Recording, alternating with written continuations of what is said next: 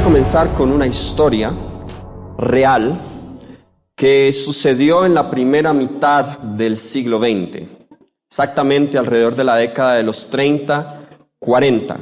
Esa fue una historia contada por el doctor Leo B. Halliwell. Quizá algunos que tienen más años en la iglesia han escuchado al doctor Halliwell. ¿Quién está familiarizado con el famoso doctor Halliwell, doctor adventista?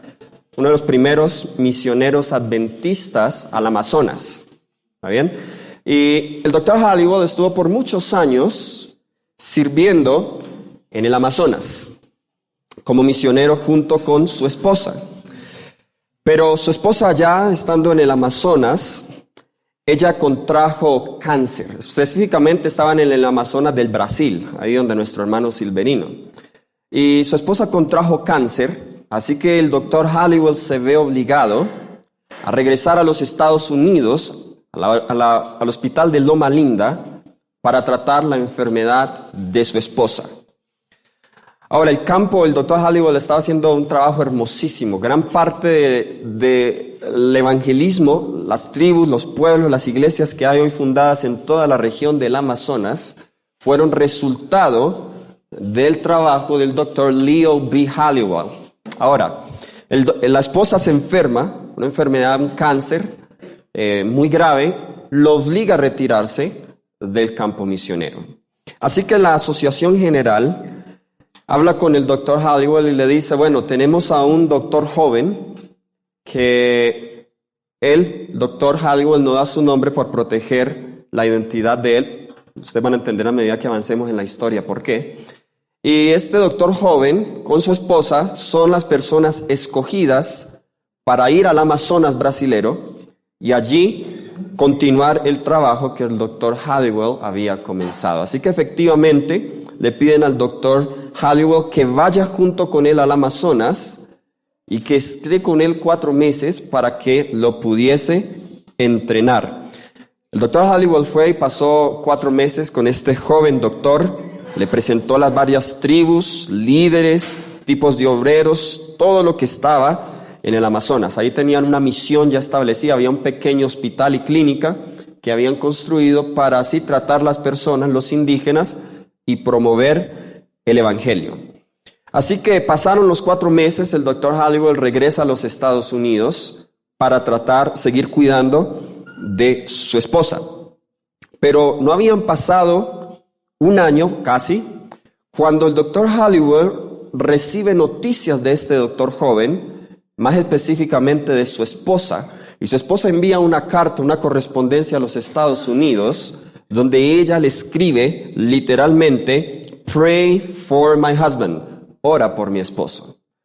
Ese era el asunto de la carta, ora por mi esposo. No dio muchos detalles.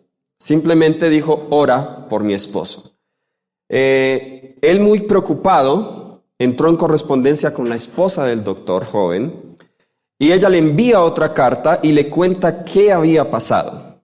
Lo que había sucedido es que mientras ellos estaban en el Amazonas, ellos tenían 2 hijitas y sus 2 hijas contrajeron una enfermedad muy extraña que en 24 horas las mató. Ellas mueren 24 horas después de la enfermedad, y este doctor cae en depresión muy profunda porque él sentía que era su culpa. En las palabras del doctor decía él, yo sabía de medicina, yo atendía a la gente, yo debí estar allí con ellas, pero no pude hacer nada, me siento impotente. Palabras del doctor. Así que él cerró el hospital, dejó de trabajar por Dios, dejó de orar, entró en una depresión muy profunda debido a la muerte de sus 2 hijitas. Parecía que el trabajo en el Amazonas se iba a destruir debido a esta situación. Toda la iglesia en los Estados Unidos estaba orando por el doctor que se había enfermado. De hecho, justo el doctor Halliwell publicó un libro que se llama Light in the Jungle, Luz en la Jungla. Es publicado por la librería adventista, donde él cuenta muchas de sus historias y historias misioneras allí en el Amazonas. Y la iglesia en los Estados Unidos comenzó a orar y a orar y a orar por el trabajo que estaba haciendo este doctor en el Amazonas. Hasta que un día el doctor salió de su depresión y dijo, bueno, ¿qué está pasando conmigo? No puedo seguir así. Así que él de nuevo retomó su trabajo, su esposa estaba muy contenta, le dijo a su esposa, bueno, vinimos acá, el Señor nos trajo, vamos a continuar la obra del Señor. Así que de nuevo abre el hospital, y cuando toda la vecindad supo que el hospital se había abierto, comenzaron a traer sus enfermos, él comenzó a tratarlos, y para este tiempo la Asociación General estaba enviando un evangelista, porque estaban organizando una campaña evangelística para toda la población de esa zona. Así que un día llega un hombre muy distinguido, un hombre muy bien vestido y de buena apariencia, y llega allí a la oficina del doctor. Él se extrañó ver a un hombre tan bien vestido que se acerca a su oficina. No parecía como los nativos de la selva amazónica. Así que el doctor le dice, fue a que lo tratara, fue que le mirara, tenía un pequeño dolor, y le dice él, mira, vamos a tener pronto algunas reuniones en una aldea cercana, le dice él, y nos gustaría invitarte a que vengas. Esto le dijo esta persona al doctor. Ahora, entiendo que ustedes como misioneros acá están teniendo también una campaña evangelística, ¿cierto? Le dijo este hombre. El doctor se sorprendió y dijo, claro, bueno, estamos teniendo una campaña evangelística. Así que este hombre le responde y le dice, bueno, vamos a hacer un trato. Si tú vienes a mis reuniones, yo también voy a ir a las tuyas. Ahora, a medida que ellos comenzaron a desarrollar la conversación, el doctor se dio cuenta que este hombre era un espiritista. Y las reuniones que estaban teniendo en realidad eran reuniones espiritistas. Así que él dijo, le respondió, en realidad, mira, muchas gracias por tu invitación, pero no estoy interesado. Muchas gracias, aprecio su preocupación y haberse tomado el tiempo para invitarme. Esta otra persona le pregunta, ¿por qué? Bueno, respondió el doctor, yo no creo en el espiritismo. Es algo que yo sé, no quiero estar involucrado en estas cosas. Y él comenzó a darle sus explicaciones, que era adventista, que en su iglesia enseñaban que no el espiritismo, que él sabía el estado de los muertos. Y luego esta persona le hace una pregunta muy interesante. ¿Cómo puedes tú saber de algo sin que lo hayas experimentado? Mire qué tremenda pregunta. ¿Cómo tú puedes hablar del espiritismo si solo lo has escuchado, pero nunca lo has experimentado? Bueno, el doctor siguió poniendo resistencia hasta que al final, él dijo, bueno, ¿qué tal que Dios me esté dando esta oportunidad? Y yo no me voy a dejar engañar porque yo ya sé la verdad del estado de los muertos. ¿Y qué tal que, más bien, quizá Dios me está dando esta oportunidad para yo ir a sus reuniones y luego yo puedo invitarlo a él a las mías y puedo ganar un alma para Cristo? Así que así razonó este doctor y él decide ir a estas reuniones espirituales. Pasó una semana y él fue a la primera reunión espiritista. Y para su sorpresa, mientras él estaba entrando a esa carpa que ellos habían armado allí, sus dos pequeñas niñas salen a recibirlo. Y él en ese momento, su corazón se conmovió por los sentimientos humanos de un padre hacia sus niñas, y sus niñas lo abrazaron. Y dice él, con la misma voz de ellas, decían, papá, papá, ¿cuánto te extrañamos? El doctor se vio tan profundamente tocado que aunque él sabía que no era verdad, por el hecho de ver a sus hijas, cada noche siguió yendo a estas reuniones. Ahora, él sabía que si un error que él cometió es que no le contó a su esposa, porque él sabía que si le contaba a su esposa, ella no lo iba a dejar ir. Ahora, esto sucedió por varias semanas y su esposa comienza a notar de nuevo un cambio en su comportamiento. Y de nuevo le escribe al doctor Halliwell en los Estados Unidos, doctor, pray for my husband, ora por mi esposo. No sé qué le pasa, está muy extraño. Pasaron varios días y el doctor vuelve en sí y se da cuenta del engaño en el que él estaba. Pero cómo había entrado tan profundo que no podía salirse. Así que él decide hacer algo y decide pedirle a las personas que estaban haciendo todos los actos espiritistas: yo quiero hablar con el director, la persona que me invitó acá, quiero hablar con él. Así que resulta que él va y lo llevan a donde está él, y él le pregunta: mira, creo que yo ya he caído muy profundo. Creo que sea muy difícil para mí salir de esta situación, pero yo no entiendo cómo yo, sabiendo la verdad, puedo yo caer en el espiritismo. Yo quisiera hacerte una pregunta, le dice él. ¿Cómo ustedes, los espiritistas, van a poder engañar al pueblo adventista, a la iglesia adventista del séptimo día, teniendo la verdad? Le dice este hombre, lo queda mirando: es algo que yo no te puedo decir, porque si yo te lo dijera, tú tendrías que pagar con tu vida.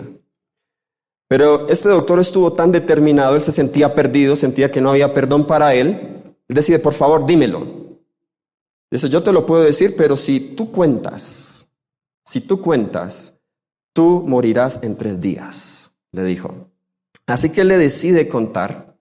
Y esta parte no sé cuánto ustedes la puedan creer o no. Cuando yo leí esta historia, la pueden encontrar en internet, yo no lo creía, porque para nosotros va a ser algo sencillo, pero ahorita les voy a mostrar cómo bíblicamente esto es correcto. Este hombre le dice, y recuerden que estamos hablando de principios del siglo XX, este hombre le dice: la forma en cómo nosotros vamos a preparar al mundo y a la iglesia adventista del séptimo día para que acepte los engaños del espiritismo es a través de la televisión. Ahora, ¿cómo sabemos que esa fue la respuesta? Este doctor decide, él sale, llega a su casa de nuevo, la esposa lo ve, dice que llega blanco como un fantasma. Y ella comienza a decirle: ¿qué te pasa? No te reconozco. Y él comienza a contarle la historia. Él decide contarle a su esposa toda la historia. Cuando llegó a ese punto de la historia, la esposa dijo: no, por favor. Ya hemos pasado mucho, ya hemos experimentado mucho dolor, no te quiero perder. Ya perdimos nuestras niñas, todo va a estar bien. Si es posible, vayamos a los Estados Unidos de vuelta, pero no me lo digas. Dijo: yo te lo tengo que decir, porque la iglesia necesita saber esto. Efectivamente, él reveló el secreto que él había jurado que no lo revelaría, y él efectivamente perdió su vida allá en el Amazonas. La esposa regresa a los Estados Unidos y este fue un testimonio que el doctor Halliwell dio a los estudiantes de Loma Linda y está publicado en uno de los testimonios de la iglesia adventista del séptimo día. Ahora, ¿a qué quiero llegar con esto? Me lleva mucho a reflexionar esta historia a varios puntos. Y uno de los que más me lleva a reflexionar es cómo es posible que una persona que sepa la verdad pueda ser engañada. ¿Cómo es eso que una persona que sepa la verdad pueda ser engañada? ¿Saben? Uno de los medios más eficaces de Satanás para engañar es a través del testimonio de nuestros sentidos. Y vamos a mirar que cómo aquellos que hoy ceden fácilmente al testimonio de sus sentidos, a pesar de un así dice Jehová, son personas que se están preparando para ser engañadas por el espiritismo. La palabra del Señor nos habla de los últimos engaños de Satanás. Y quiero comenzar con una cita que es muy conocida, pero que nosotros no hemos entendido, creo yo, la profundidad y la importancia de esta cita. Nos dice el Conflicto de los Siglos, la página 574, merced a los 2 errores capitales, el de la inmortalidad del alma y el de la santidad del domingo, Satanás prenderá a los hombres en sus redes. ¿Cuántos errores capitales? 2 errores capitales. Normalmente, ¿a cuál es el que el adventismo le hace más énfasis? ¿Al de la santidad del domingo o al de la inmortalidad del alma? Y nosotros hablamos, y no está mal, la ley dominical, el domingo, el falso día de reposo, pero no es un engaño capital nada más. Son 2 errores capitales. Y hemos dado por sentado esto, creyendo que porque sabemos que los muertos nada saben, estamos seguros. Oh, mis hermanos, ¿saben? Para mí este es más peligroso que este. Porque este preparará el camino para aceptar este. Y si yo no sé distinguir este, voy a recibir este acá. Estamos entendiendo lo que estamos diciendo. Vamos a mirar qué nos dice la palabra en cuanto a esa obra maestra de Satanás en los últimos días.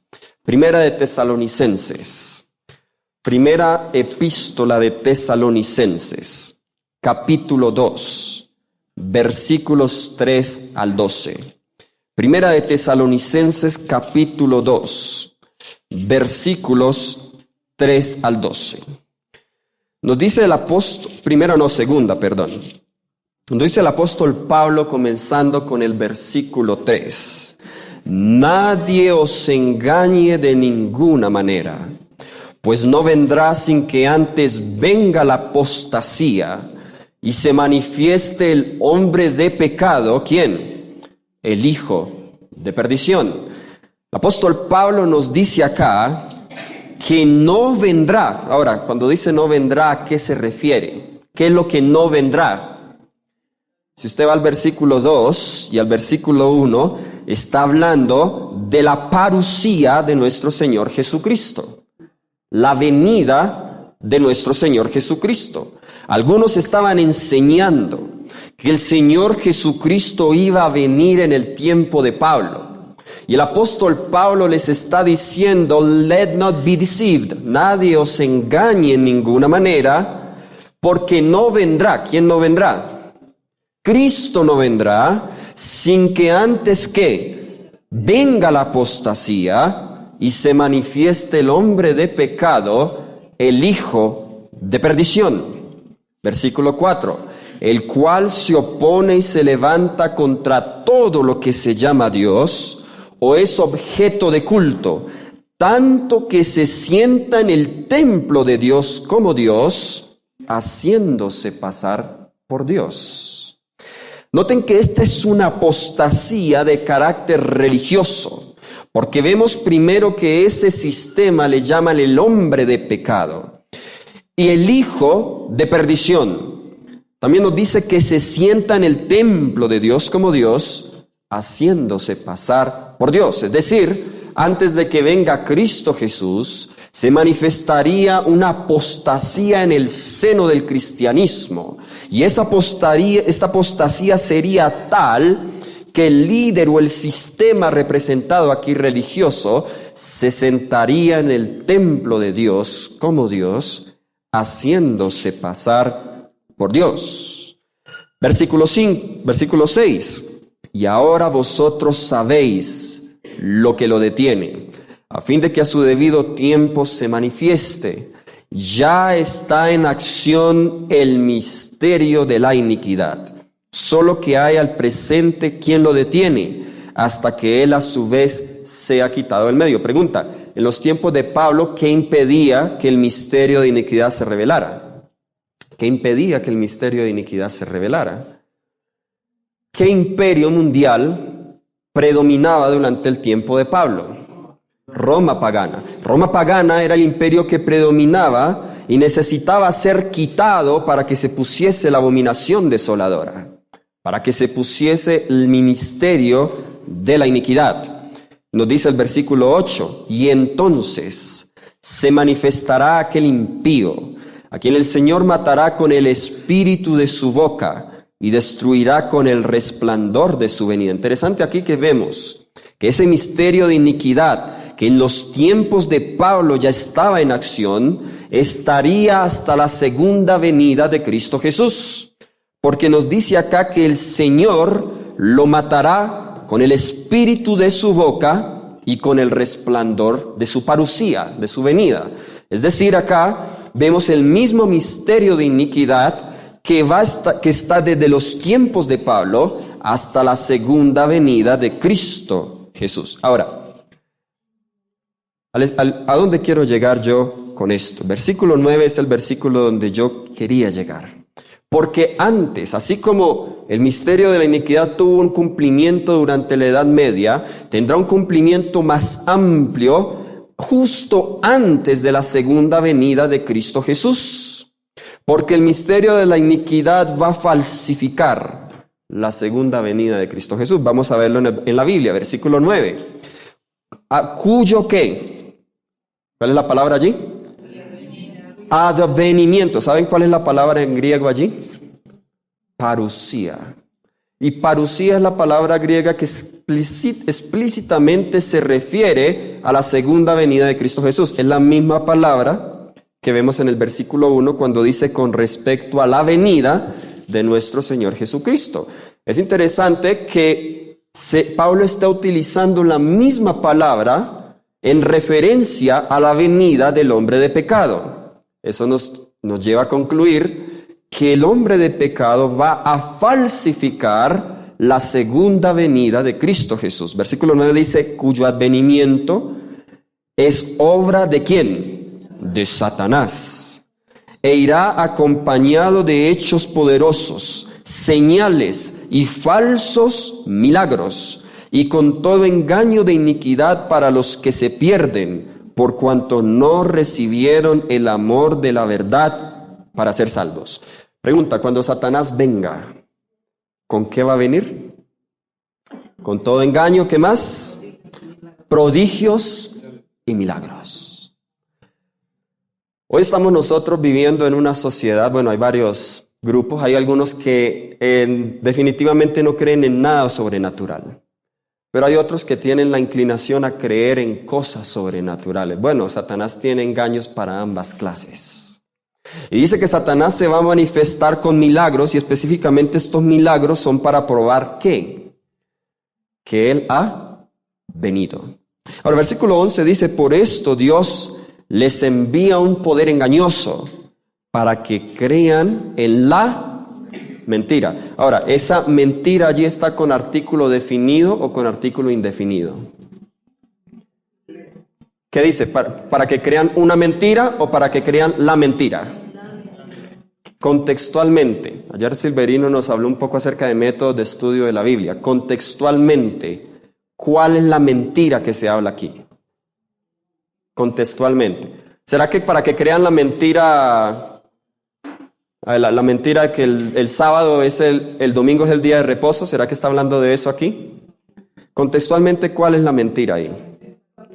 La falsificación de la segunda venida de Cristo Jesús.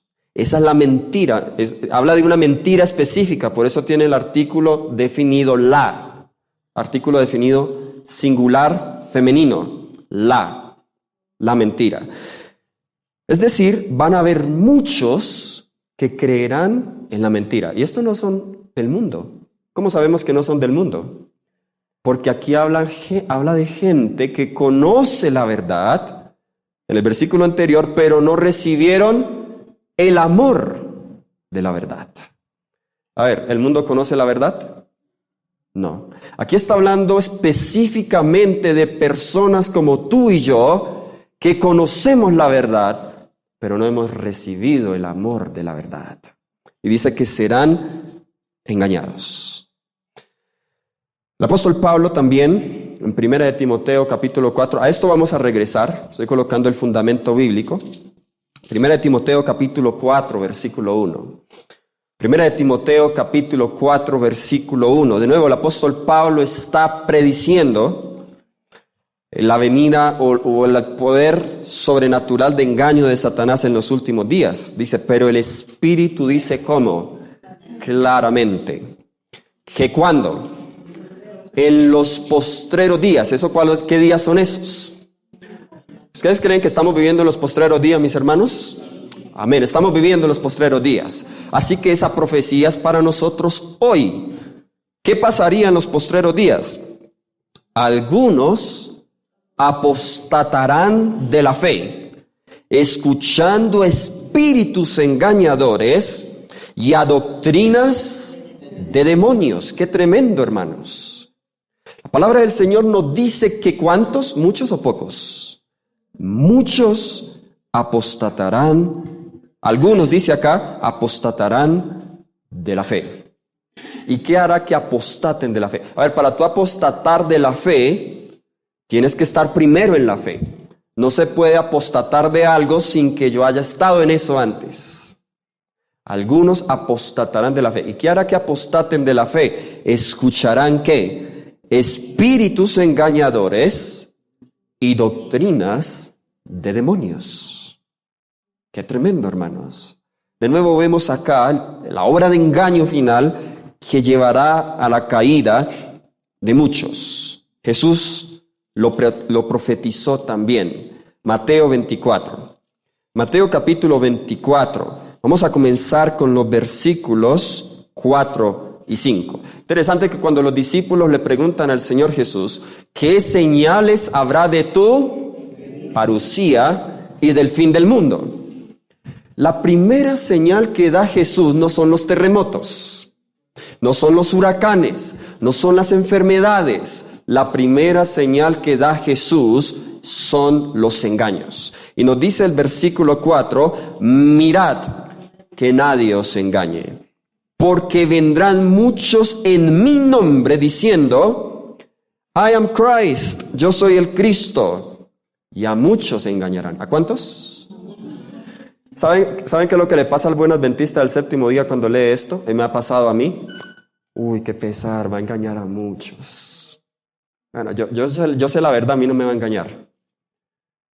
Y a veces nos ponemos en una seguridad como que, wow, ¿cuánta gente va a ser engañada? Tengamos cuidado porque ahí podemos estar nosotros. Pero es interesante que Jesús no lo dice una vez, sino que lo dice una segunda vez en el versículo 11 y nos dice, muchos falsos profetas se levantarán y engañarán otra vez. ¿Cuántos falsos profetas? Hoy estamos viviendo en una época que la gente se siente muy inclinada a los dones proféticos. ¿Y están surgiendo muchos profetas falsos hoy, sí o no? ¿Aún en nuestro medio, sí o no? Sí. Y dice que se levantarían muchos falsos profetas y a muchos engañarían. ¿Cuántas veces ya Jesús ha dado la advertencia? ¿Qué dice la Biblia? Que cuando algo se repite es porque ¿qué? Muy importante. Si 2 veces es importante, así como se repitió el sueño del faraón, cuando José le dijo al faraón, y el sueño porque fue dicho 2 veces, es porque la cosa es firme de parte de Dios y Él se apresura a hacerla. Ahora, ¿qué tal si se repite 3 veces? Más importante aún, ¿cierto? Miren el versículo 23 al 26, la tercera advertencia de Jesús en el mismo sermón. Entonces, si alguno os dice, y aquí vamos a volver más adelante, mirad, aquí está el Cristo, o mirad, allí está, no lo creáis. Va a llegar un tiempo donde la gente va a decir, ahí está el Cristo. Allá está el Cristo. ¿Qué Jesús dijo? No lo ¿qué? No lo creáis. Porque se levantarán falsos cristos. ¿Sabe? Yo creo que esto acá exclusivamente se está refiriendo, eso tiene muchas aplicaciones, pero exclusivamente se está refiriendo a la falsificación de la segunda venida de Cristo Jesús. Porque aparecerán falsos cristos, falsos profetas. ¿Y qué van a hacer? Grandes señales y prodigios, de tal manera que engañarán, si fuese posible, aún a los escogidos. ¿Va a ser el engaño fuerte, hermanos? Tan fuerte será que engañará, si fuese posible, aún a los escogidos. ¿Cuáles son los escogidos? ¿Quiénes son los escogidos? El pueblo de Dios, la iglesia adventista, el pueblo remanente, aún los escogidos. Ya os lo había dicho antes, versículo 26. Así que si os dicen, mirad, está en el desierto. Ahorita vamos a volver a esto. No salgáis, o mirad, está en las cámaras secretas. No lo creáis. 2 lugares que Jesús advirtió que se iba a presentar Satanás. ¿Dónde? Los desiertos y en las cámaras secretas. En otras versiones dice, en los aposentos. Vamos a ver ahorita a entender qué significa eso. Jesús, advirtió en contra de los engaños en los últimos días y dijo que se usarían grandes señales y prodigios. Ahora, ¿a través de quiénes Satanás va a comenzar a hacer, antes de que él se aparezca personalmente, a través de quiénes va a comenzar a hacer estas señales y prodigios? Vayamos a Apocalipsis 19:10. Apocalipsis 19:20, perdón. Hablando de el falso profeta, nos dice la palabra de Dios. Apocalipsis 19:20 dice: la bestia fue apresada. ¿Y con ella quién más? El falso profeta, que había hecho delante de ella las señales con las cuales había engañado a los que recibieron la marca de la bestia y habían adorado su imagen. Ahora yo les hago una pregunta. ¿Contra qué dos entes advirtió Jesús en Mateo 24? ¿Falsos qué? Profetas y qué más, falsos. ¿Sabían ustedes que, aunque ahí está en plural, pero sabían ustedes que en Apocalipsis 13 encontramos el falso Cristo y el falso profeta? El falso profeta nos dice acá, vamos a identificar primero el falso profeta. El falso profeta es el que hace, ¿qué? Señales delante de quién? De ella, o sea, de la bestia. ¿Quién es ese? Vamos a Apocalipsis 13. Apocalipsis capítulo 13, versículos 13 y 14. Vamos a ver cómo le llama Apocalipsis 13 al que hace esas señales. Nos dice acá, también, está hablando de la segunda bestia que surge de la tierra. También dice, hace ¿qué? Grandes señales. ¿Y cuál es una de esas señales? De tal manera que incluso hace descender fuego del cielo a la tierra delante de los hombres. Ahora, ¿quién fue el que hizo descender fuego del cielo a la tierra? ¿Y quién era Elías? O sea que este falso profeta va a tomar las prerrogativas de Elías y va a hacer descender fuego del cielo. Va a hacer alusión. Dice, bueno, en el tiempo de Elías se definió quién era un verdadero profeta haciendo descender fuego del cielo. Pues aquí yo estoy haciendo descender fuego del cielo. Dicho sea de paso, esto es literal. Esto se va a cumplir literalmente. Descender fuego del cielo. Versículo 14, engaña a los habitantes de la tierra con las señales que se le ha permitido hacer en presencia de la bestia. Vemos lo mismo significado, es decir, el falso profeta es la imagen de la bestia. El protestantismo apóstata. ¿Cuál será el falso Cristo? ¿Cuál será el falso Cristo? El falso Cristo es la primera bestia, o el anticristo. El que se hace pasar por Dios, se sienta en el templo como Dios, haciéndose pasar por Dios. Estos dos poderes se van a unir, el falso Cristo, o sea, el papado, y el falso profeta, el protestantismo apóstata, la imagen de la bestia, se van a unir, y en esa unión van a haber grandes milagros y señales, que si fuese posible, engañarían aún a los escogidos. Ahora, el apóstol Juan vio también la obra del espiritismo en el Apocalipsis, en el capítulo 16. Vayamos allá, Apocalipsis capítulo 16. Este es el texto parentético de la sexta plaga. Apocalipsis 16, versículos 13 al 15. Apocalipsis 16, versículos 13 al 15. Dice, vi salir de la boca del dragón. ¿Quién es el dragón? Satanás. ¿Y representa a quiénes? A los poderes políticos. Que de acuerdo a testimonios para los ministros, la página 39, el dragón también representa a los poderes civiles. Vi salir de la boca del dragón y de la boca de la bestia. ¿Quién es la bestia? El papado, ¿cierto? Y de la boca del falso profeta, ya identificamos el falso profeta. ¿Cómo? Estados Unidos, específicamente las iglesias protestantes de los Estados Unidos, apóstatas. ¿Qué vio salir de la boca del dragón, la bestia y el falso profeta? 3 espíritus inmundos a manera de ranas, que son espíritus de demonios. ¿Qué hacen? Hacen señales y van a los reyes de la tierra en todo el mundo para reunirlos para la batalla de aquel gran día del Dios Todopoderoso. Comúnmente los adventistas le aplican la obra del espiritismo solo al dragón, pero aquí vemos que también las ranas están saliendo de la boca de la bestia y de la boca del falso profeta. Es decir, estos tres entes, esta unión tripartita, se unirán y hay algo que las va a unir y es la obra del espiritismo. Ahora, es de vital importancia que nosotros entendamos que estos versículos son parentéticos, es decir, versículos 13 al 15 suceden antes del versículo 12, que es la sexta plaga. La sexta plaga habla del Armagedón, ¿ok? De la reunión, el secamiento del Éufrates. Pero ese es el clímax de esta guerra por la cual Satanás se ha estado preparando por mucho tiempo. O sea, los versículos 13 al 15 simplemente nos explican cómo Satanás se prepara para esa gran batalla, por eso lo menciona allí. Pero no quiere decir que es en la sexta plaga cuando Satanás vaya a falsificar la segunda venida de Cristo Jesús. Ahora, es interesante, y vamos a detenernos acá, que se utiliza el símbolo de la rana. Ahora, la rana en el antiguo Egipto era considerada el dios de la inmortalidad.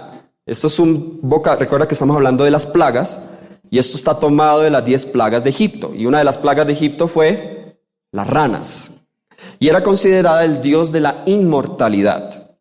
Estos espíritus inmundos deben entenderse como 3 ángeles caídos simbólicos. De hecho, Lucas 4:33 menciona a esos espíritus malignos o ángeles, los llama demonios. Es interesante que acá vemos 3 espíritus inmundos o 3 ángeles caídos, pero en Apocalipsis, ¿dónde más vemos 3 ángeles? Apocalipsis 14, es decir, Dios reúne a su pueblo remanente para la gran batalla con el mensaje de los 3 ángeles, pero Satanás también reúne al pueblo apóstata con 3 ángeles.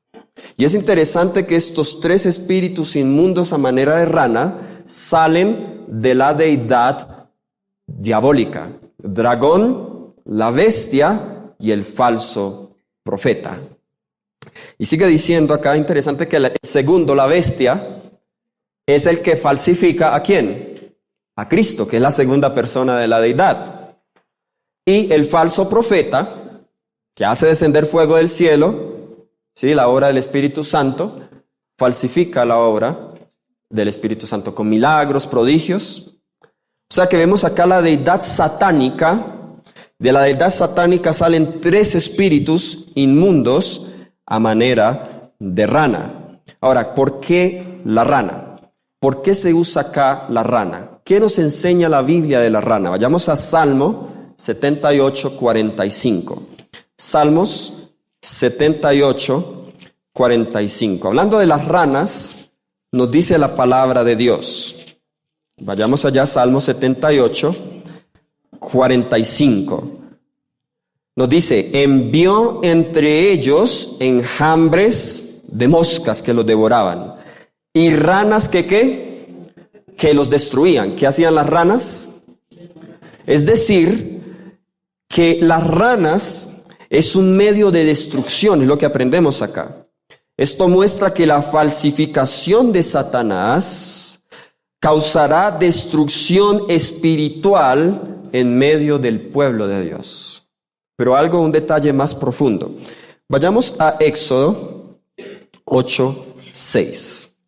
Vamos a Éxodo 8:6, donde vemos la plaga de las ranas. Éxodo capítulo 8, versículo 6. Ahora, las ranas, ¿qué plaga fue? ¿En qué orden fue la plaga de las ranas en Egipto? Vamos a ver si se acuerdan. ¿Qué orden fue el orden? ¿Cuál fue la primera plaga? Las aguas se convierten en sangre. La segunda, ¿sabían ustedes que la plaga de las ranas fue la última que los magos pudieron falsificar? Porque de allí en adelante no pudieron falsificar más. Vamos a leerlo. Nos dice acá en Éxodo capítulo 8, versículo 6. Miren este detalle tan interesante acá. Nos dice acá la palabra del Señor: entonces Aarón extendió su mano sobre las aguas de Egipto y subieron ¿qué? Ranas que cubrieron toda la tierra de Egipto. Pregunta: Egipto en la Biblia, ¿qué representa en la profecía bíblica? El ateísmo, muy bien, y también representa el mundo, ¿ok? Es decir, ¿en cuántas partes se van a hacer las manifestaciones espiritistas en los últimos días? En todo el mundo. Las ranas dice que cubrieron toda la tierra de Egipto. Pero vamos a saltarnos al versículo 7. Pero los hechiceros, ¿qué pasó? Hicieron lo mismo con sus encantamientos e hicieron venir ranas sobre la tierra de Egipto. Mira, interesante que los hechiceros falsifican la plaga de las ranas. Pero luego tenemos la plaga de los piojos, que es la tercera. Y vamos al versículo 18 de Éxodo 8. Versículo 18. Cuando sale la plaga de los piojos, los hechiceros van a querer falsificarla. ¿Y qué sucede? Versículo 18. Los hechiceros también intentaron sacar piojos ¿con qué? Con sus encantamientos, pero no pudieron. Pregunta: si la plaga de las ranas fue la última plaga que pudieron ellos falsificar, ¿a qué se refiere entonces cuando salen espíritus inmundos a manera de ranas? Que este será el último engaño maestro de Satanás.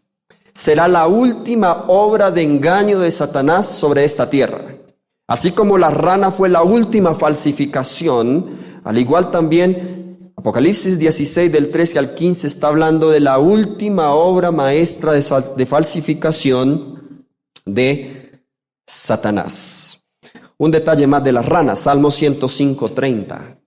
Salmo. Y miren dónde van a estar presentes principalmente estos espíritus inmundos. Salmo 105, versículo 30. Miren hasta dónde llegaron las ranas. Salmo 105:30 nos dice: su tierra produjo ¿qué? Ranas, hasta en las cámaras de ¿quiénes? ¿Saben quiénes son las personas hoy que están más siendo influenciadas por el espiritismo? Los dirigentes políticos. Y eso ya se está preparando, mis hermanos. Satanás tiene hoy sus agentes en los gobiernos, en las cámaras legislativas, en todas partes. Hay representantes espiritistas que están conduciendo los asuntos de las naciones. Ya Satanás dejó salir las ranas y están yendo a toda la tierra.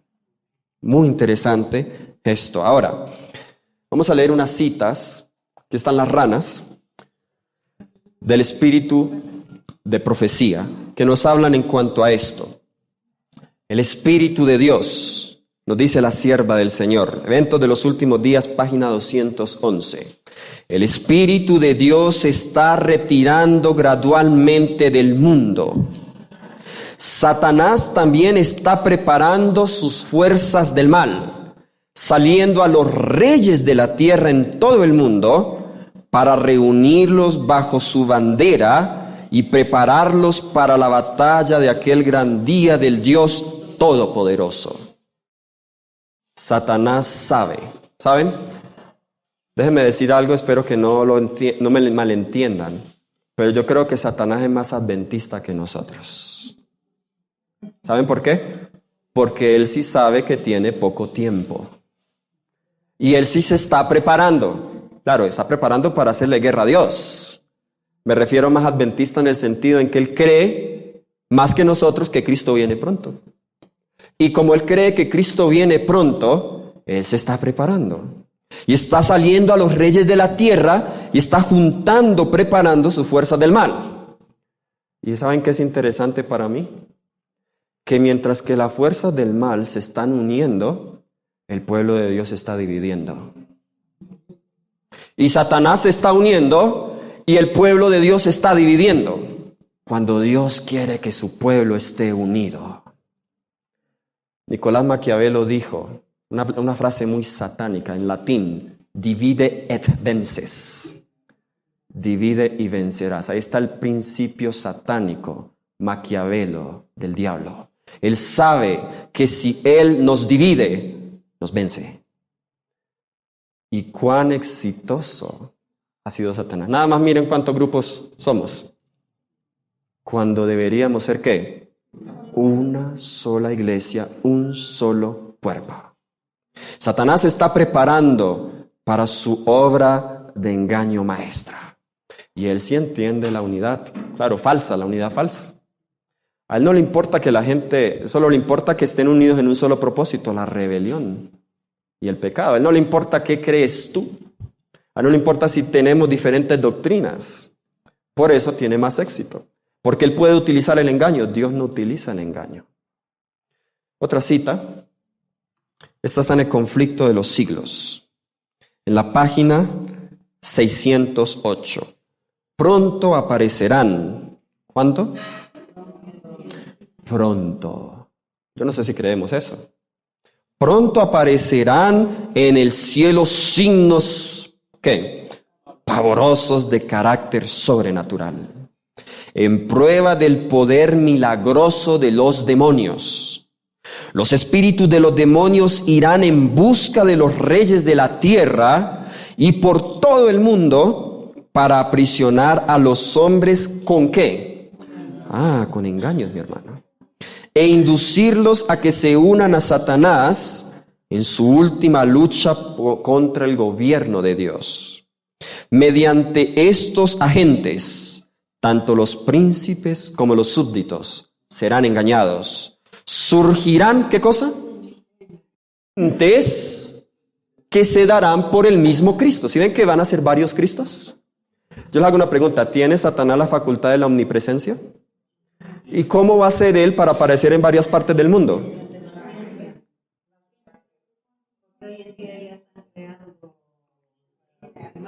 Ok. Pero él se va a aparecer personalmente. ¿Sabe cómo va a ser? Puede ser la ciencia va a ayudar, la tecnología, pero él tiene millares y millones de demonios. Y a todos los demonios los va a disfrazar. Y él mismo se va a disfrazar de Cristo. Así que mientras en Cochabamba aparece Cristo, también en La Paz va a estar Cristo.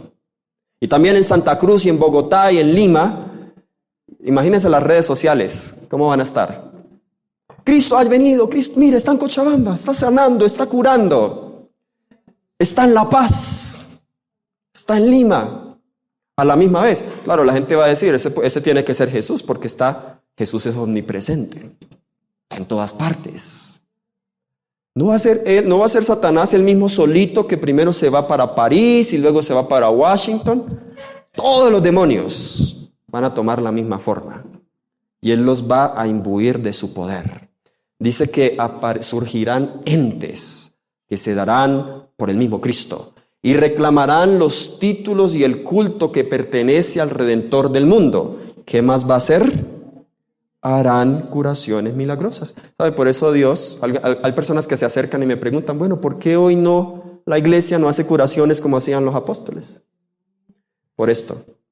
Porque Satanás va a usar eso en los últimos días y Dios no quiere que nos confundan a nosotros.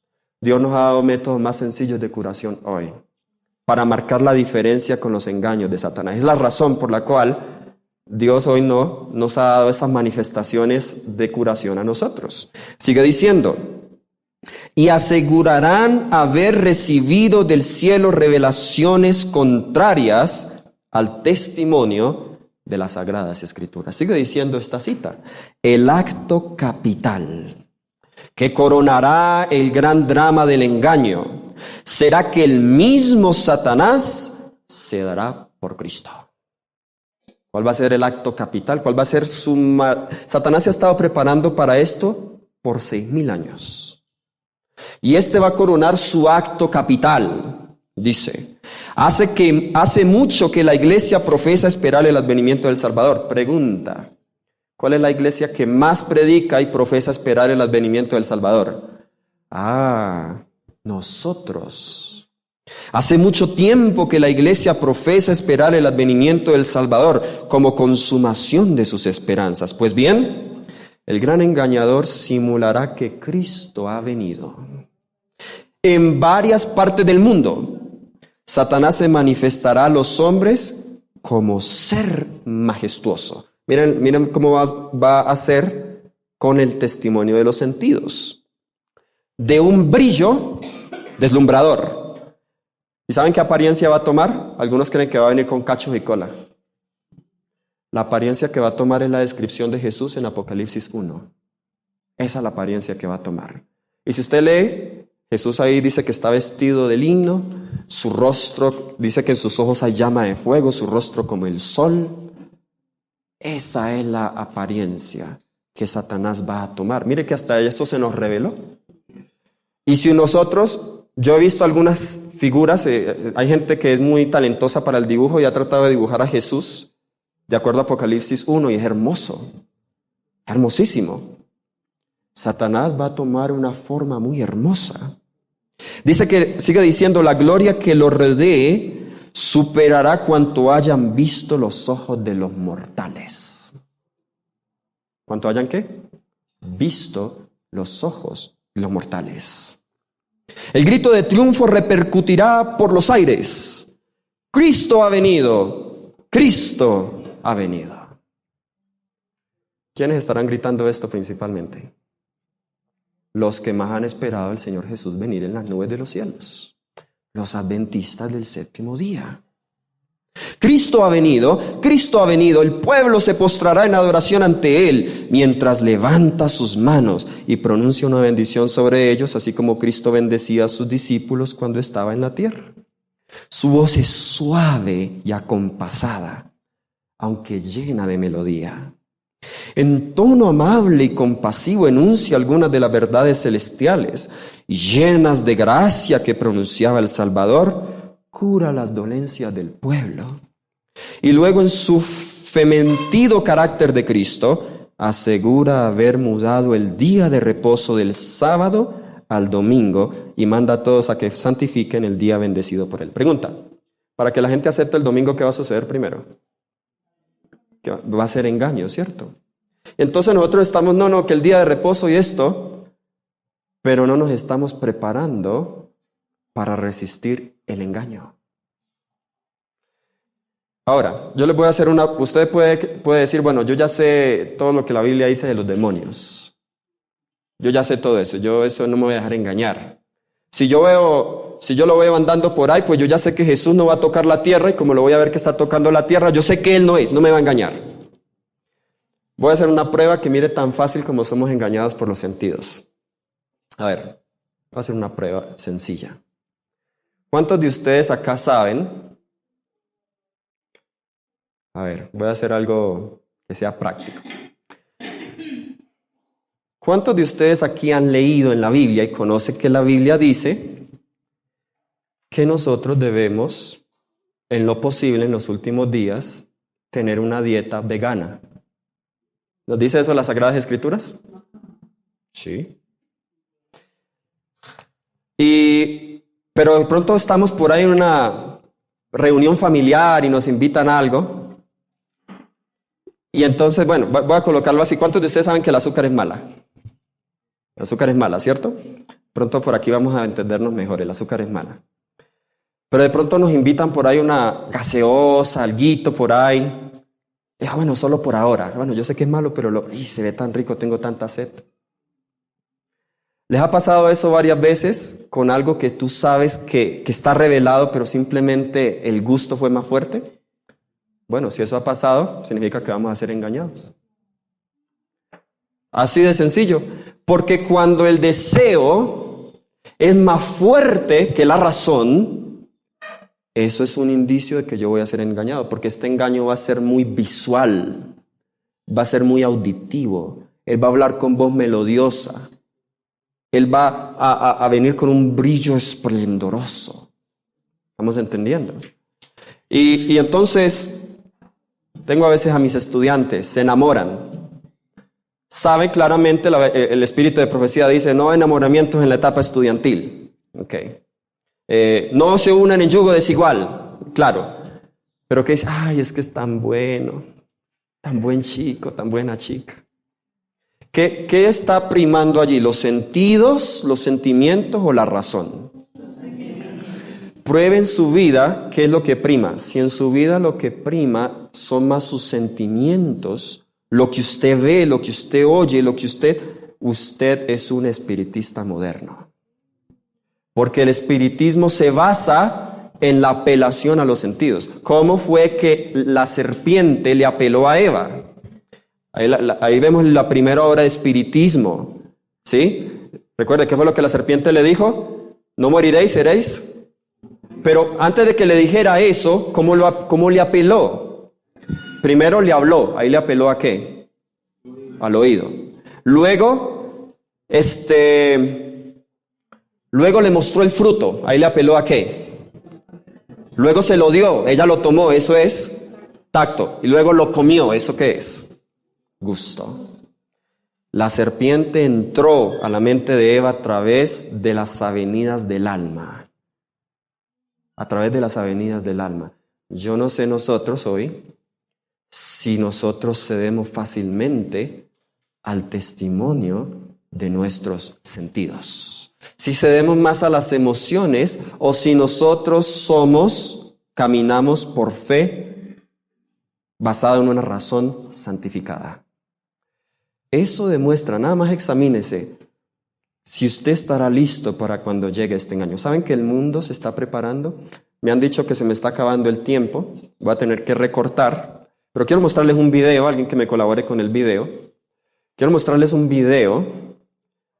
En 1 de enero de este año, Netflix publicó una película, quizá algunos ya lo hayan visto, y esa película se llama El Mesías. Interesante que esa película está promoviendo la venida de Cristo. ¿Pero sabe cómo la está promoviendo? Como Satanás se va a aparecer. El propósito, yo estuve leyendo los comentarios, no me he visto la película, pero el propósito de esta película es decir cómo va a venir el Mesías. Imagínense, esta película salió y así es exactamente como va a venir ¿quién? ¿Jesús o Satanás? O sea que cuando todo esto ocurra, el mundo va a creer que quién es ese. Ojalá ya se me acabó el tiempo, porque ¿recuerdan cuál fue lo que le dijo el diablo al doctor? Que era que iba a engañar. A través de la televisión, la pantalla, los medios. Cuando digan, están las cámaras secretas. ¿Qué? Yo quiero pensar como una aplicación las cámaras secretas a todo tipo de pantalla. O sea, no va a ser ni seguro que ustedes vean por las noticias y por las redes sociales, ahí está Jesús, porque va a ser el engaño tal que así tú lo veas por una pantalla, tú lo vas a creer. Jesús dijo, cuando aparezca en las cámaras secretas, no lo veáis. ¿Cómo podemos? Voy a volver, ya cierro con estas citas, la presentación, por favor. ¿Cómo podemos nosotros salvaguardarnos de este engaño? Cierro con estas citas. Esta la encontramos allí, nuestra única salvaguardia. Voy a leer solo algunos pasajes del espíritu de profecía. Isaías 8:20 que dice, a la ley, si no os hablaren conforme a esto, porque no les ha amanecido. El anticristo dice, va a efectuar ante nuestra vista obras maravillosas. La falsificación se asemejará tanto a la realidad que será imposible distinguirlos sin auxilio de ¿qué? Ellas son las que deben atestiguar en favor o en contra de toda declaración, de todo milagro. Mis hermanos, yo estoy preocupado porque el pueblo de Dios está dejando de ser el pueblo de la Biblia. Y fácilmente aceptamos lo que nos digan los demás. Nosotros debemos escudriñar si lo que dicen los otros es así. Nos dice esta siguiente cita, mire ese solo los que hayan fortalecido su espíritu con las verdades de la Biblia podrán resistir el último gran conflicto. Toda alma ha de pasar por la prueba decisiva. ¿Obedeceré a Dios antes que a los hombres? La hora crítica se acerca. ¿Hemos asentado los pies en la roca de la inmutable palabra de Dios? ¿Estamos preparados para defender firmemente los mandamientos de Dios y la fe de Jesús? Yo no sé, mis hermanos, si aún tenemos en nuestra casa el ídolo de la televisión. Y si la televisión aún está absorbiendo nuestro tiempo y no estudiamos la palabra de Dios. Hoy si todavía tenemos el ídolo de la televisión en nuestros hogares, estamos preparándonos para ser engañados por Satanás. Y no vamos a estar listos. No vamos a estar listos para la prueba final. Yo no sé cuánto tiempo estamos dedicando al estudio de las Sagradas Escrituras. A veces es muy fácil. He estado en congregaciones donde la persona que está predicando error y los hermanos están diciendo amén. Cuán fácil es ser engañados. Mis hermanos, si solo recibimos la letra de la verdad y no el amor de la verdad, seremos engañados por el testimonio de nuestros sentidos. No importa cuánta verdad tengamos. Debemos caminar hoy por fe y no por vista y recibir el amor de la verdad en nuestros corazones. ¿Has recibido tú el amor a la verdad? ¿Has recibido el amor a la verdad? ¿Sabe cómo prueba usted que ha recibido el amor a la verdad? Cuando recibe esa verdad, usted está dispuesto a caminar de acuerdo a esa verdad. Y el Señor ha estado revelando a su iglesia verdades. En 1863 reveló una verdad importantísima. Mensaje de la Reforma Pro Salud. En 1872, esa sí no la hemos entendido. Mensaje de la verdadera educación. Yo no sé si hemos entendido el mensaje de la verdadera educación.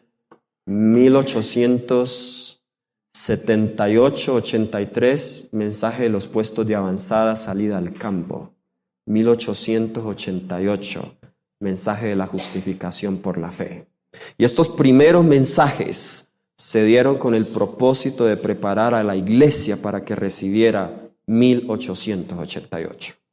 Yo no sé si nosotros estamos viviendo a la altura de lo que está revelado, si hemos recibido el amor de la verdad. El Señor nos ayude, hermanos, que el Señor nos bendiga. El tiempo que viene se aproxima, es solemne, es peligroso. Y este engaño será tal que la gran mayoría del mundo será engañado. ¿Estaremos nosotros entre ellos? Mi oración para que nosotros estemos no entre los engañados, sino entre aquellos que guardan los mandamientos de Dios y tienen el testimonio de Jesús. Que el Señor les bendiga.